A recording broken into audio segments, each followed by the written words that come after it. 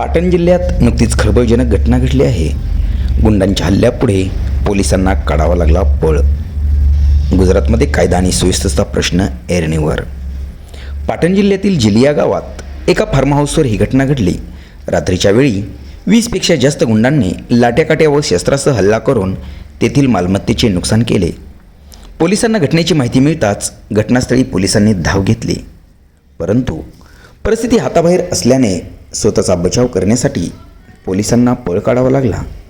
सध्या गुंडांची धरपकड चालू असून काही जणांना पोलिसांनी ताब्यात घेतले आहे व पकडलेल्या गुंडांना पोलिसी खाक्या दाखवण्यात येत असून पुढील तपास चालू आहे. सोलापूर जिल्हा प्रतिनिधी MK न्यूज, पाटण.